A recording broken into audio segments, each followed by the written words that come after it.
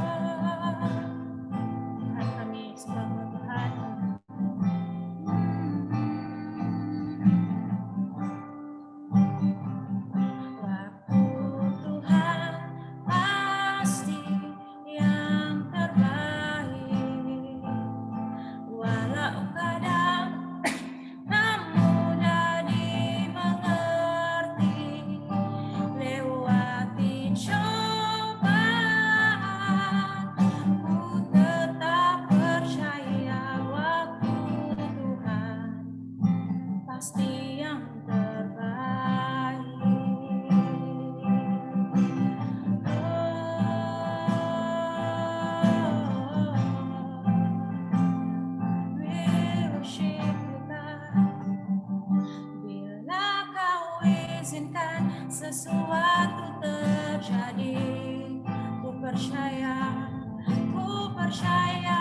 semua untuk kebaikanku. Bila nanti telah tiba waktumu, ku percaya kuasa-Mu memulihkan hidupku. Waktu Tuhan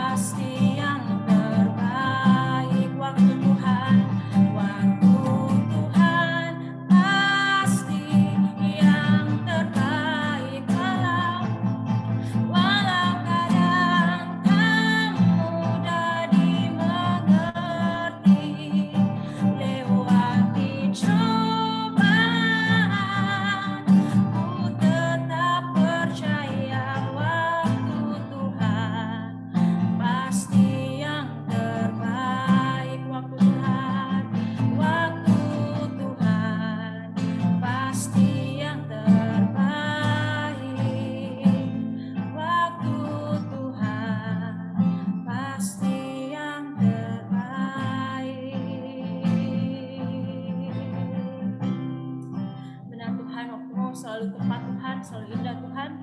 Kami serahkan hidup kami masing-masing, pergumulan kami Tuhan ke dalam tangan-Mu. Engkau yang bekerja, biarlah firman yang akan kami dengarkan sebentar lagi. Tuhan boleh speak to ourselves Lord God. Biarlah Engkau yang berbicara lewat firman-Mu dan kami boleh mendengarnya dengan baik Bapa. Terima kasih, kami serahkan waktu yang seterusnya dalam tangan-Mu. Hanya di dalam nama Tuhan Yesus Kristus kami sudah berdoa dan mengatakan Amen. Amen. Nah, saya serahkan kepada yang Bebas. Hambanya yang diurapi. Ya. Selamat malam teman-teman semuanya.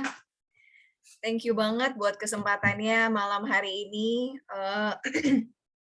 Saya share firman Tuhan. Ya, ini adalah sebenarnya apa yang disampaikan hari ini adalah rangkaian tugas yang diberikan oleh para fasilitator yang terhormat gitu ya.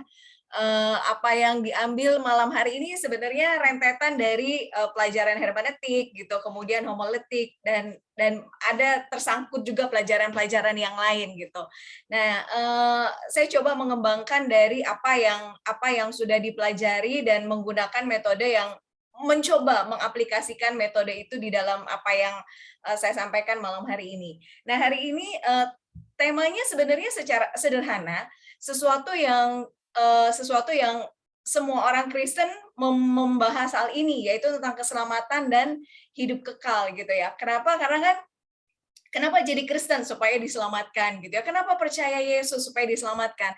Nah, melalui perenungan yang agak panjang ini gitu ya, saya mencoba menemukan kembali sebenarnya keselamatan itu apa sih? Yang dimaksud keselamatan, yang dimaksud hidup kekal itu sebenarnya seperti apa gitu pada waktu itu. Nah, ini diambil dari tugas hermeneutik pada awalnya tentang bagaimana melihat secara perikop demi perikop yang terdapat di dalam Lukas 4 ayat 16 sampai 30 tentang Yesus ditolak di Nazaret. Nah, berangkat dari situ saya coba mengembangkan melihat secara keseluruhan dan melihat lebih dalam lagi gitu ya. Nah, oleh karenanya makanya tema malam hari ini adalah tentang keselamatan dan hidup kekal dengan membandingkan keempat kitab Injil sebenarnya. Luas banget kesannya, yang jago banget ya, padahal nggak juga gitu.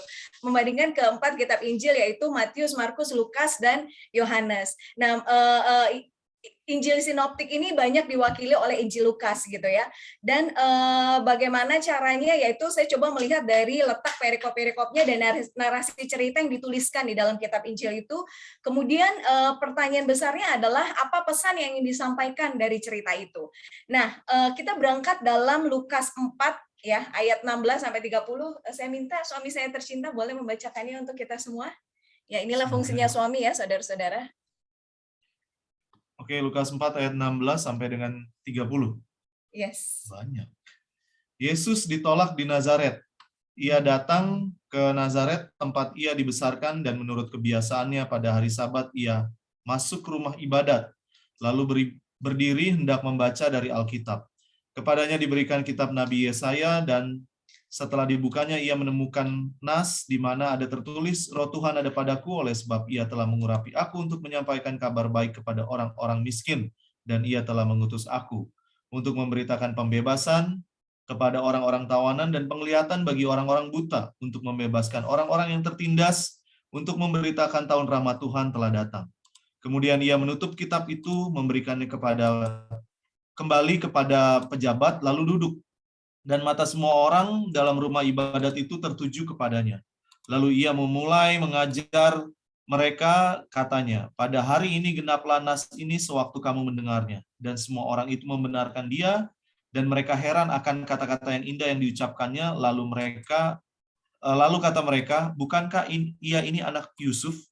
Maka berkatalah ia kepada mereka, tentu kamu akan mengatakan pepatah ini kepadaku, hai tabib, sembuhkanlah dirimu sendiri, perbuatlah di sini juga di tempat asalmu ini, segala yang kami dengar yang telah terjadi di Kapernaum.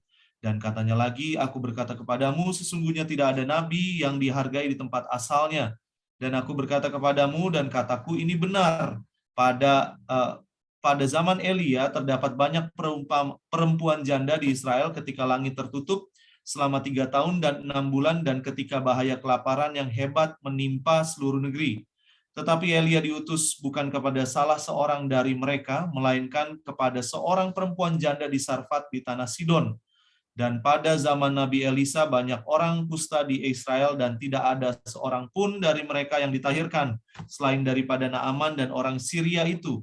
Mendengar itu sangat marahlah semua orang yang di rumah ibadat itu.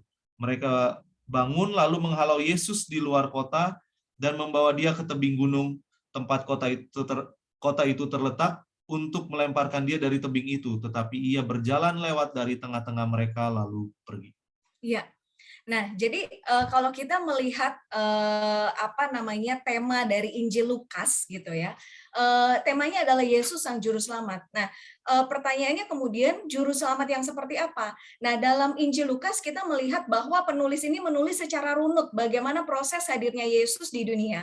Hal ini membawa kita ya, mengarahkan kita untuk memahami tentang siapakah Yesus. Nah, kisah dari awal dari Injil Lukas ini menyajikan Yesus sebagai Mesias kan, Mesias yang kita lihat ya perjalanan kelahirannya Yesus gitu ya, bukannya lahir dari keluarga ningrat, ia malah lahir dari keluarga yang berstrata rendah. Bukannya lahir di tempat yang layak, ia malah lahir di tempat yang tidak diinginkan, yaitu kandang domba. Bukannya kelahirannya disambut oleh para raja dan bangsawan, tetapi ia malah disambut oleh para gembala, sebuah profesi yang dihindari atau kelompok orang yang terpinggirkan. Nah, pasal berikutnya gitu ya, kalau kita melihat pasal demi pasal dari kitab Lukas gitu ya, pasal berikutnya kita diceritakan bagaimana Yesus disunat, kemudian Yesus umur 12 tahun, dan kemudian Yesus dibaptis. Nah, di dalam proses pembaptisan itu tertulislah suatu peristiwa gitu ya, di mana Roh Kudus turun dalam rupa burung merpati dan terdengarlah suara, engkaulah anakku yang kukasihi, kepadamulah aku berkenan. Nah, hal ini ingin menunjukkan apa gitu ya? Hal ini sebenarnya ingin menunjukkan bahwa benarlah Yesus adalah Mesias yang diutus oleh Allah gitu ya. Ini seolah-olah menjadikan hal ini sebagai sebuah legitimasi gitu ya. Legitimasi yang pertama. Nah, kemudian pasal ini dilanjutkan dengan silsilah Yesus ya kalau kita melihat selanjutnya. Nah, silsilah Yesus ini apa yang ingin ditunjukkan dari silsilah Yesus? Kita melihat bahwa dalam Injil Lukas silsilah Yesus ditulis sampai kepada anak Allah ya. Kalau di Matius kan sampai dengan Abraham gitu. Silsilah Yesus ditulis sampai kepada anak Allah. Ini menunjukkan motif dari penulisan ini gitu ya. Dan menunjukkan Injil Lukas ini kan ditulis kepada orang-orang Roma yang jadi penekanan yang ingin disampaikan oleh Injil Lukas ini adalah bukan tentang mesianik mesianik Abraham gitu ya. Kalau Matius kan sampai kepada anak Abraham. Nah, dalam masa Romawi konsep Allah ini sebenarnya sudah ada seperti dewa Zeus, seperti Zeus gitu ya. Nah, makanya kemudian kenapa ditekankan sampai kepada anak Allah? Karena ingin menggambarkan bahwa Yesus ini adalah anak Allah loh. Dia nih superior gitu. Dia adalah anak Allah. Nah, kemudian pasal selanjutnya adalah mengenai pencobaan di padang gurun. Dalam pasal 4 ayat pertama tertulis Yesus yang penuh dengan Roh Kudus kembali dari Sungai Yordan dan dibawa oleh Roh ke padang gurun. Nah, ini seolah-olah sebagai legitimasi kedua bahwa dia dipenuhi dengan Roh Kudus dan dibawa oleh Roh Kudus ke padang gurun. Bahwa si Yesus ini si Yesus ini dipenuhi oleh Roh dan dipimpin oleh Roh untuk sampai ke padang gurun. Nah, cerita ini kemudian dilanjutkan dengan perikop Yesus ditolak di Nazaret gitu ya. Perikop ini dibuka dengan kutipan nas dari kitab Nabi Yesaya, yaitu Yesaya 61 ayat 1 sampai ke 2. Nah, waktu itu saya bertanya, mengapa mengutip nas di kitab Nabi Yesaya gitu. Nah, ternyata kitab Yesaya pasal 61 ayat 1 sampai 2 ini merupakan nubuat mesianik.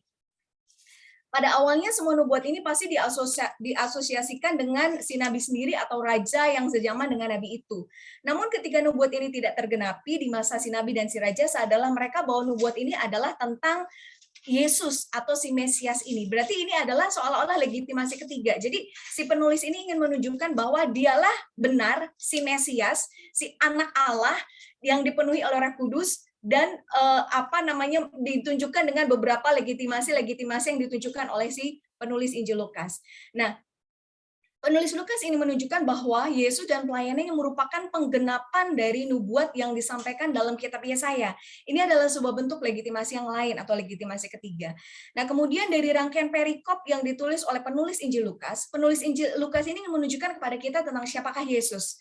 Gitu ya. Dan di perikop inilah terpampang dengan jelas identitas Yesus gitu. Jadi ingin ditunjukkan adalah tentang identitas Yesus, yaitu ternyata Yesus adalah secara Yesus adalah pembebas bagi yang tertawan, sahabat bagi yang terluka, dan rumah bagi yang terbuang. Perikop ini, yaitu Yesus ditolak di Nazaret, adalah seperti pengungkapan Yesus tentang identitasnya sebelum lebih jauh ia memulai pelayanannya. Isi dari kutipan Nabi Yesaya itu kan bilang, Roh Tuhan ada padaku. Oleh sebab ia telah mengurapi aku untuk menyampaikan kabar baik kepada orang-orang miskin, dan ia telah mengutus aku untuk memberitakan pembebasan kepada orang-orang tawanan, dan penglihatan bagi orang-orang buta, untuk membebaskan orang-orang yang tertindas, untuk memberitakan tahun rahmat Tuhan yang telah datang. Nah, melalui kutipan ini, Yesus ingin menegaskan bahwa ia adalah Mesias yang diutus Allah. Lalu Mesias yang seperti apa? Akhirnya, Mesias yang menyampaikan kabar baik kepada orang miskin, Mesias yang memberitakan pembebasan bagi yang tertawan, Mesias yang memberikan penglihatan bagi orang-orang yang buta, dan Mesias yang membebaskan orang-orang yang tertindas.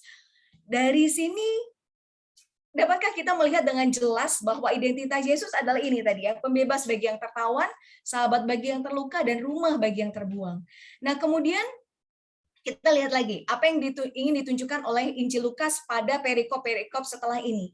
Nah, dalam perikop-perikop selanjutnya kita menemukan bahwa di dalam pasal 5 gitu ya, Yesus menyembuhkan seorang sakit kusta, kemudian orang lumpuh disembuhkan, kemudian Lewi pemungut cukai mengikut Yesus, lalu di pasal 7 Yesus menyembuhkan seorang hamba, seorang perwira, dan kemudian masih di pasal yang 7 Yesus membangkitkan anak muda di Nain, dan kemudian dia bertemu dengan janda. Nah, lihatlah siapa yang Yesus temui gitu ya. seorang yang sakit kusta, seorang lumpuh, seorang pemungut cukai, seorang hamba, dan seorang janda. Nah, bukankah mereka ini adalah ikon dari orang-orang yang terlupakan dan bahkan yang terbuang? Ini kan seolah-olah menegaskan identitas Yesus yang sudah disampaikan sebelumnya di pasal yang di pasal sebelumnya gitu ya. Nah, kemudian akhirnya kita lihat tema besar dari Injil Lukas ini adalah tentang Yesus sebagai juru selamat. Ya. Maka kemudian kita bertanya, keselamatan yang seperti apa? Keselamatan dari apa? Nah, dari perikop ini kita bisa melihat apa makna keselamatan yang sesungguhnya. Saya dulu berpikir bahwa keselamatan itu adalah tentang percaya Yesus, menerima Yesus, dibaptis, dan selesai. Selamatlah saya, gitu ya. Makanya itulah Kristen, gitu. Namun dengan melihat kembali apa yang disampaikan oleh Injil Lukas tentang Yesus dan pelayanannya, sadarlah saya bahwa keselamatan yang dibawa oleh Yesus dan pelayanannya ternyata lebih kaya dari sekedar keselamatan pribadi. Maka keselamatan tidak hanya bicara tentang spiritual atau rohani, tetapi ada dimensi sosial di dalamnya. Ini yang kemudian kesimpulan yang saya ambil gitu ya. Oh, ternyata kalau kita melihat Injil Lukas gitu ya, keselamatan yang Yesus maksud itu bukan cuma bukan cuma sekedar keselamatan pribadi, tetapi ada dimensi justru yang lebih kaya dari itu, yaitu ada dimensi sosial di dalamnya gitu. Nah, kemudian jadi di dalam Injil Lukas, yaitu tadi ya, keselamatan bukan hanya bicara tentang dimensi rohani, namun ada dimensi sosial di dalamnya. Nah, kemudian ini Injil Lukas, dan kita melihat Injil Yohanes gitu ya. Injil Yohanes dibuka dengan perikop firman telah menjadi manusia. Perkawinan di Kana. Nah, ini menurut saya sesuatu yang memberkati juga buat saya. Firman menjadi manusia. Kenapa dia harus menjadi manusia? Karena kan secara sederhana, ia ingin menjadi sesuatu yang bisa disentuh, menjadi sesuatu yang bisa dirasakan, menjadi sesuatu yang terlibat dalam semua aspek kehidupannya. Ketika dia tidak menjadi manusia kan seolah-olah menjadi sesuatu yang awang-awang, susah diraih, susah dibayangkan. Tetapi ketika firman itu menjadi manusia, akhirnya menjadi wujud yang memang orang bisa melihat gitu ya, bisa kita raba, bisa kita sentuh, bisa kita bisa kita rasakan kehadirannya gitu. Nah, saya pikir ini adalah sesuatu yang juga sangat indah gitu ya, bagaimana Yesus ingin terlibat gitu dalam bahkan aspek yang kelihatannya kalau orang Kristen bilang tuh daging gitu ya, kelihatannya yang fisik banget gitu ya, tetapi ya itu option yang diambil oleh Allah gitu untuk melakukan itu. Sementara kebalikannya, seringkali orang Kristen menjadi terlalu awang-awang gitu ya, melihat kekristenan itu sebagai sesuatu yang tinggi, tapi tinggi yang tidak benar gitu kalau menurut saya. Padahal Yesus sendiri dia menjadi manusia gitu untuk akhirnya bisa dekat dan melekat dengan setiap kita. Nah, Injil ini dibuka dengan perikop firman telah menjadi manusia, kemudian perkawinan di Kana, Yesus di Kapernaum menyucikan bait Allah gitu ya. Kemudian akhirnya percakapan dengan Nikodemus dan percakapan dengan perempuan Samaria sebelum akhirnya tertulis dalam Yohanes 4 ayat 4 sebab Yesus sendiri telah bersaksi bahwa seorang nabi tidak dihormati di negerinya sendiri gitu ya. Nah, oleh karena itu akhirnya kita bisa melihat ya bahwa identitas Yesus ini kan salah satunya dia tunjukkan ketika dia bercakap-cakap dengan seorang perempuan Samaria kan.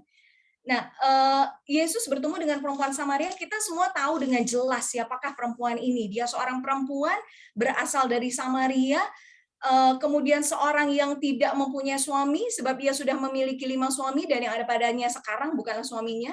Sebenarnya terlalu kejam juga gitu ya untuk mengatakan ini bahwa si perempuan Samaria ini adalah ikon dari sebuah keberdosaan. Adakah yang lebih berdosa waktu itu dari si perempuan Samaria ini? Tapi lihatlah, bukan karena tujuannya ke Galilea maka haruslah Yesus melewati Samaria, dan bukan hanya sekedar letih maka Yesus duduk di pinggir sumur Yakub, bukan karena kebetulan datanglah si perempuan Samaria ini untuk menimba air, dan bukan karena iseng kalau akhirnya Yesus meminta minum dan akhirnya memulai percakapan yang indah namun mengejutkan bagi orang-orang yang merasa kudus. Nah, kemudian perikop percakapan menilik kembali pelajaran perjanjian baru gitu yang sama-sama kita pelajari juga di RLST gitu. Injil Yohanes ini kan sangat menekankan berita tentang hidup atau hidup kekal. Maka akhirnya hidup kekal yang dimaksud di dalam Injil Yohanes itu berbicara tentang apa sebenarnya gitu ya.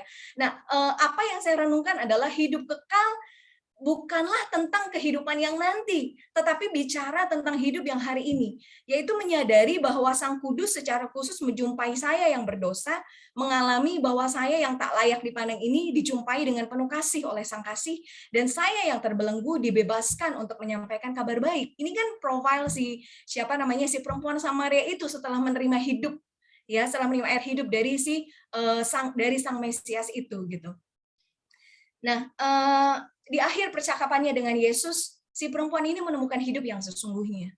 Dan hidup yang sesungguhnya itu tidak datang setelah si perempuan ini mati. Tapi hidup yang sesungguhnya ia rasakan saat itu.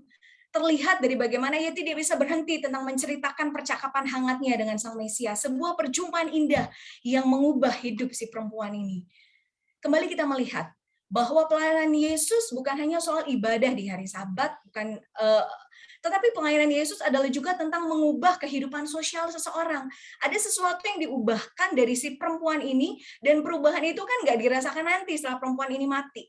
Tapi perubahan itu gitu ya, perubahan yang Yesus kerjakan di dalam diri si perempuan Samaria ini berimpact kepada perubahan kehidupan sosialnya gitu ya. Dia yang terbelenggu akhirnya dibebaskan untuk menyampaikan sebuah kabar baik gitu. Nah, dari dua pembahasan ini, yaitu di dalam Injil Lukas dan Injil Yohanes, terlihat jelas ada aspek sosial dari pelayanan Yesus.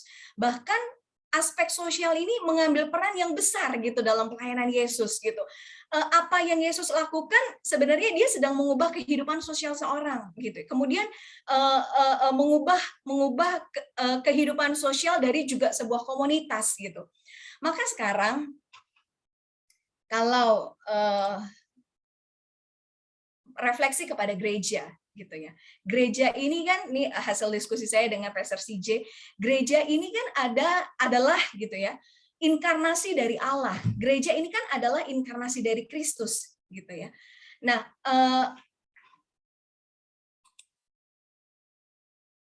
identitas gereja adalah Kristus tidak punya tangan selain gereja. Kristus tidak punya kaki selain gereja, dan Kristus tidak punya tubuh selain gereja. Maka apapun yang menjadi gerak Kristus harus menjadi gerak gereja. Maka sekarang pertanyaannya adalah, sudahkah gereja menjadi pembebas bagi yang tertawan, menjadi sahabat yang terluka, menjadi rumah bagi yang terbuang? Melihat tadi bagaimana pelayanan Yesus dan pelayanannya, apa yang dilakukannya, apa yang diubahkan, apa keselamatan dan hidup kekal yang dia bawa ke dalam dunia ini. Nah, akhirnya kita masuk ke dalam gereja dan pelayanannya. Kalau tadi Yesus dan pelayanannya, maka sekarang adalah gereja dan pelayanannya. Maka akhirnya kalau Yesus tadi membawa peran sosial yang begitu besar gitu di dalam sebuah kehidupan, maka saat ini akhirnya gereja berarti juga memiliki peran sosial gitu ya. Nah, memang tidak mudah berada pada bagian ini. Mungkin ini adalah bagian terberat yang saya renungkan tentang bagaimana gitu, apa yang harus gereja lakukan gitu. Nah, yang pertama gitu ya, paling tidak gereja menyadari panggilan seutuhnya ini. Bukan melulu tentang hebohnya perayaan ibadah, tapi sungguh ada hal yang lebih besar dari itu. Bagaimana gereja berperan dengan santun untuk mengubah kehidupan sosial seseorang lagi dan seseorang lagi gitu ya. Saya garis bawahi berperan dengan santun gitu ya. Nah, kemudian yang kedua gitu ya, setelah memiliki kesadaran ini, yang kedua, hal ini memang pasti tidak bisa dikerjakan dalam waktu yang singkat gitu. Apalagi program kerja 100 hari, program kerja 3 bulan gitu ya, program kerja 1 tahun. Ini bukan sesuatu yang singkat, sesuatu yang bertumbuh gitu. Nah, tapi saya jadi ingat zaman Pak Harto dulu kan ada namanya GBHN ya, garis-garis besar haluan negara. Saya pikir itu secara filosofi sangat baik gitu. Bagaimana seorang pemimpin gitu ya, eksekutif dan legislatif menentukan membuat dan menentukan haluan negara dalam 5 atau 10 tahun ke depan gitu ya. sebagai sebagai panduan gitu ya, sebagai haluan tentang penyelenggaraan negara dalam garis-garis besar sebagai pernyataan kehendak rakyat yang utuh dan menyeluruh gitu. Nah, apapun sebutannya, gereja harus membuat perencanaan jangka panjang yang menyeluruh dan terpadu.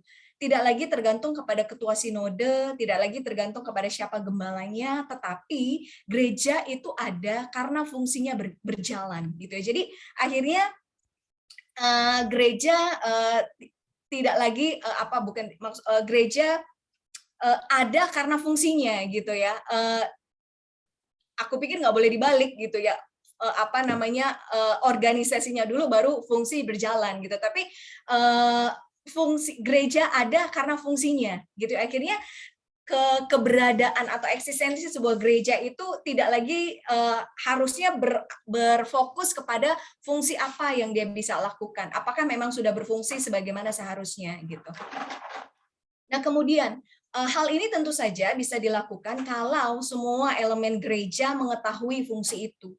Jadi hal ini bukanlah program belaka, tapi sesuatu yang menghidupi semua elemen. Terlihat dalam kehidupan sehari-hari, tercermin dalam tata ibadah, menjadi nafas khotbah dan pengajaran. Sehingga ini tidak lagi bukan lagi sekedar program belaka, bukan hanya pekerjaan atau programnya si gembala atau programnya si full timer atau programnya jemaat, tetapi ini menghidupi dalam semua elemen, dalam semua aspek gereja atau tubuh Kristus itu sendiri gitu. Itu menjadi sesuatu yang tidak dibuat-buat tetapi mengalir gitu ya, secara terpadu dan terarah gitu. Ternyata hal ini juga bukan hal yang asing gitu, karena gereja Alexandria juga pernah melakukan itu melakukan hal itu. Nah, kemudian maka saya akan menutup khotbah saya malam hari ini dengan sebuah sebelum ditutup gitu ya. Akhirnya peran sosial gereja adalah terjadi kalau gereja akhirnya berperan dalam fungsinya gitu ya. Terciptalah sebuah kehidupan sosial yang diselamatkan dan memiliki hidup yang kekal. Tentu keselamatan dan hidup kekal yang dimaksud di sini adalah seperti yang kita renungkan tadi di dalam Injil Lukas dan Injil Yohanes ya. Jadi ketika gereja menjalankan fungsinya, maka terciptalah kehidupan sosial yang diselamatkan dan memiliki kehidupan yang kekal. Maka saya akan menutup khotbah saya malam hari ini dengan sebuah puisi ya dari salah satu penyair favorit saya, W.S. Rendra. Kenapa saya pilih W.S. Rendra ini? Karena dia bukanlah hamba Tuhan, dia bukan pendeta, dia bukan gembala, tapi saya terkagum dengan bagaimana dia berpikir tentang apa yang dia ungkapkan di dalam Mazmur Mawar ini. Nah, ini adalah fungsi gereja yang kita renungkan tadi. Ya, Mazmur Mawar karya W.S. Rendra. Kita muliakan nama Tuhan. Kita muliakan dengan segenap mawar. Kita muliakan Tuhan yang manis, indah, dan penuh kasih sayang. Tuhan adalah serdadu yang tertembak. Tuhan berjalan di sepanjang jalan becek sebagai orang miskin yang tua dan bijaksana, dengan baju compang-camping, membelai kepala kanak-kanak yang lapar. Tuhan adalah Bapa yang sakit batuk dengan pandangan arif dan bijak. Membelai kepala para pelacur, Tuhan berada di gang-gang gelap bersama para pencuri, para perampok, dan para pembunuh. Tuhan adalah teman sekamar para penjinah. Raja dari segala raja adalah cacing bagi bebek dan babi. Wajah Tuhan yang manis adalah meja penjudian yang berdebu dan dibantingi kartu-kartu. Dan sekarang saya lihat, Tuhan sebagai orang tua renta, tidur melengkung di trotoar, batuk-batuk karena malam yang dingin, dan tangannya menekan perutnya yang lapar. Tuhan telah terserang lapar, batuk, dan selesma, menangis di tepi jalan. Wahai, ia adalah teman kita yang akrab. Ia adalah teman kita semua, para musuh polisi, para perampok, pembunuh, penjudi, pelacur, penganggur, dan peminta-minta. Marilah kita datang kepadanya. Kita tolong teman kita yang tua dan baik hati. Nah, ini yang dapat saya sampaikan pada malam hari ini. Tentunya ada banyak pertanyaan mungkin atau banyak kritik. Mungkin tidak akan bisa terjawab semua pada malam hari ini, tetapi biarlah akhirnya kita menemukan jawaban itu di dalam kehidupan kita sehari-hari bersama dengan Tuhan. Ya, saya kembalikan kepada yang seharusnya.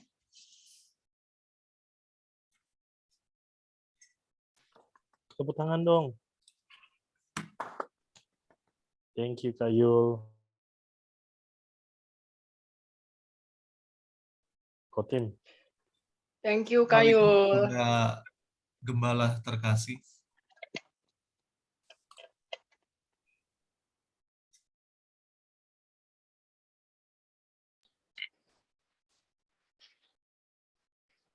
Thank you banget si Yulia. Gue baru lihat ini.